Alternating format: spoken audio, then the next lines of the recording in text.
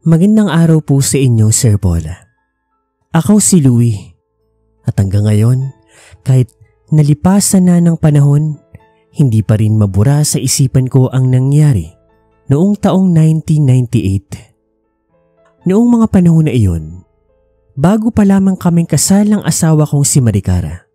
At dahil sa trabaho ko bilang isang guro, nalipat kami sa isang liblib na baryo sa bandang Ilocos Norte.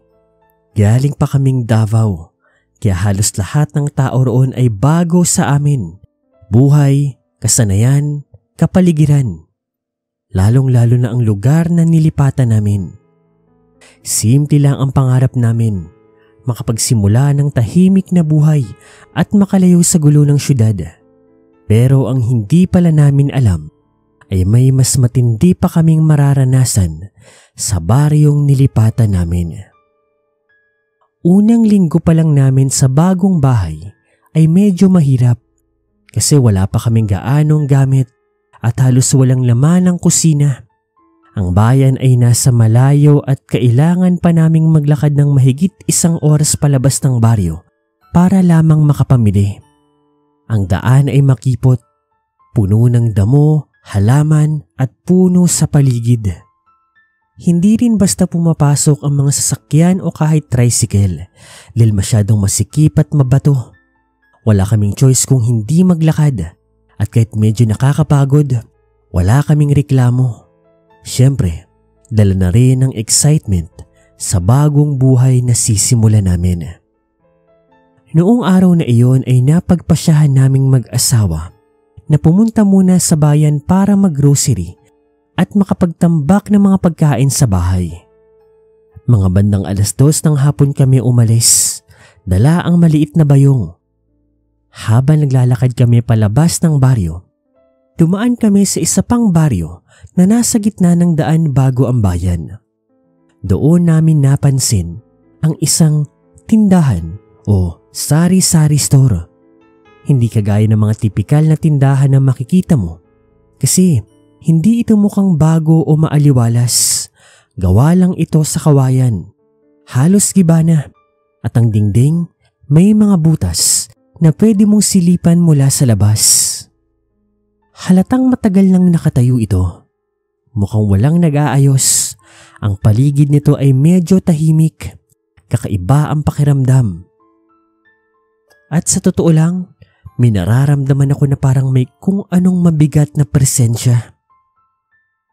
Napatingin kami ni Maricar sa isa't isa at dahil medyo gutom na rin, napagpasyahan namin na pumasok. Pagpasok namin, napansin ko agad na walang ibang tao sa loob maliban sa isang matandang babae. Napatitig siya sa amin, lalo na kay Maricar, at napansin kong hindi man lang siya kumukurap. "Anong bibilhin nyo?" Sandali lang po. Mag-iikot-ikot muna kami, Lola." Naglibot-libot kami ni Missy sa loob ng tindahan. May mga nakita kaming chichirya, sabon at ilang dilata. Bumili si Maricar ng shampoo at sabon. Pero ang pinaka nakaagaw ng pansin namin ay ang isang bahagi ng tindahan kung saan may mga sisidlan ng karne. Iba't ibang hiwa, parang baboy, baka, manok. Hindi ko inaasahan na sa ganoong tindahan may mabibili pang karne. Kaya natuwa kami at naisipan na kumuha. Binuksan ni Maricar ang sisidlan at kumuha kaagad ng hiwa. "Hoy! Bakit kayo kumuha? Hindi kayo nagpapaalam?" "Naku, Lola, pasensya po. Ang akala kasi namin pwede ko..." "Mga pakailamero!" Nagulat kami at agad na humingi ng paumanhin. Pero bago pa niya na isara ng tuluyan ang sisidlan, may nasulyapan pa ako. Parang paan ng tao. Maputla, malinis ang hiwa at tila may kuko pa. Natigilan naman ako. Totoo ba ang nakita ko? Baka namalikmata lang. Sinara naman kaagad ng matanda ang bagay na yon kaya hindi ko masyadong nasilayan ng malinaw. Pero isinawalang bahala ko na lamang sa isip ko ang nakita at inisip ko na baka pagod lang yon, baka namalikmata lang ako. Imposible namang May karne ng tao dun, hindi ba? Bitbit ang karne at ilang mga pinamili namin. Nagbayad na kami kaagad ni Mrs. at nagpaalam sa matandang babae. Habang palabas kami, ramdam kong nakatingin pa rin sa amin ang matanda. Pakiramdam ko nga parang sinusundan niya ang bawat galaw namin.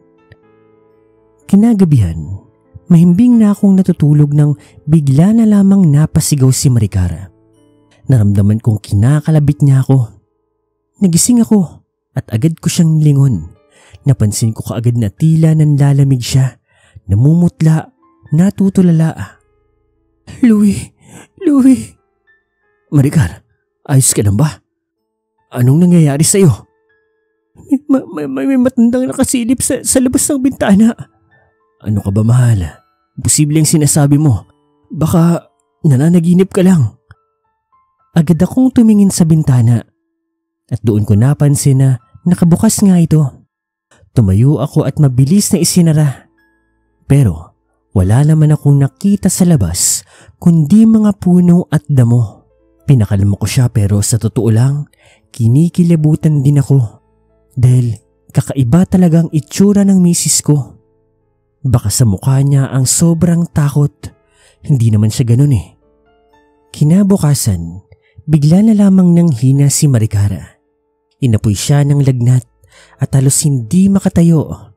Sinabi rin niya na parang may tunog na kumukulo mula sa tiyan niya kahit hindi naman daw siya gutom. Malayong ospital, kaya wala kami nagawa kung hindi ang ipatingin siya sa isang albularyo doon sa kabilang baryo. Pagdating namin sa bahay ng albularyo, pinagmasdan siya ng matanda at pagkatapos tinitigan siya ng seryoso.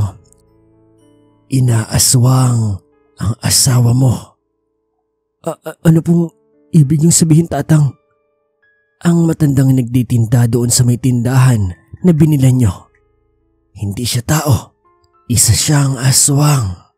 Ang mga karne na nakita niyo roon hindi karne ng baboy, baka o manok, kundi karne ng mga patay na kinuha mula sa sementeryo. At nakita niya ang asawa mo. Mukhang nagustuhan niya kaya pinupuntahan niya kayo. Ramdam ko na nanlaki ang mata ko dahil sa pinaghalong gulat at pangamba. Doon ko lang muling naalala ang paa na nasulyapan ko sa sisidlan. Doon ko napagtanto na hindi pala guni-guni ang nakita ko noong araw na iyon. Totoo pala.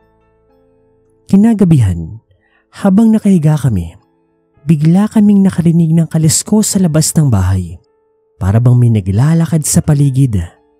Dahan-dahan akong sumilip sa bintana at halos tumigil ang tibok ng puso ko nang makita ko ang matandang tindera. Nakatayo siya sa dilim, nakangisi at may hawak na supot na para bang may laman. Hindi ko alam kung karne ba yun o kung ano. Louie, halika. Kunin mo ito. Magugustuhan ito ng asawa mo. Agad kong sinara ang kurtina at niyakap si Maricara. Literal na nanginig ako sa mga sandaling yun. Hindi ko alam kung anong gagawin ko. Kinabukasan, bumalik ako sa baryo. Humingi ng tulong. Binigyan niya ako ng mga orasyon, asin, bawang at kung ano-ano pa. Sabi niya, yung asin at bawang daw ay ipahid ko sa bintana at pinto para hindi makapasok ang aswang. Kaya sinunod ko ang habili niya. Lumipas ang 3 araw. Unti-unti namang gumaling si Maricara. Bumalik ang lakas niya. Pero ako, hindi ko makakalimutan ng takot na dulot ng matandang yon. Akala ko tapos na ang lahat. Pero alam niyo ba, isang gabi, nagulat na lamang kami nang may sumigaw mula sa mga kapitbahay namin. Aswang! Aswang! Yon ang isinigaw. At sa paglabas naman namin, yung tinderang aswang, pinagtutulungan ng mga tao.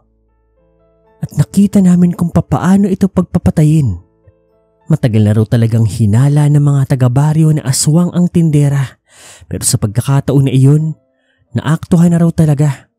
Isang buntis ang inaaswang nito. Sinubukang patayin ng mga taga-baryo ang aswang pero nagpalit ito ng anyo.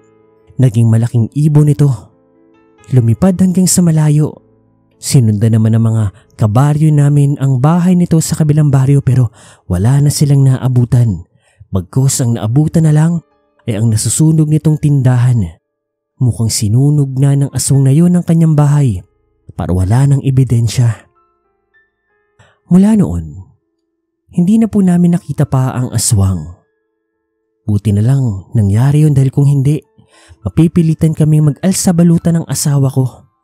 Dahil sa pagkakataon na yun, buntis na pala si Maricara. Dito na lang po ang kwento ko, Sir Paul. Sana nagustuhan nyo.